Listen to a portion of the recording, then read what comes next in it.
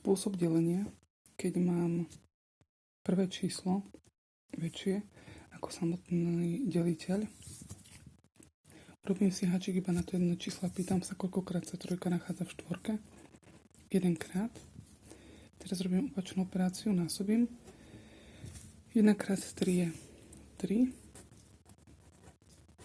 Zapíšem si výsledok násobenia pod to číslo, ktoré som si zaháčkovala a zvyšok, koľko mi chýba, 3 do 4 je 1.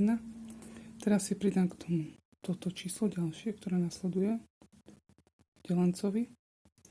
A teraz sa pýtam na celé číslo, lebo tu sa vždy mýli.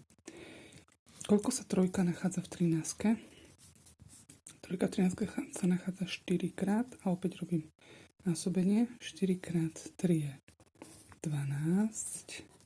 Odpočítam výsledok násobenia. Zvyšok je 1. Opäť si urobím háčik na ďalšie číslo a opäť sa pýtam na celé číslo, koľkokrát sa trojka nachádza v 15. Nachádza sa presne 5 krát. Aj si urobím skúšku. 5 krát 3 je 15 a zvyšok je 0.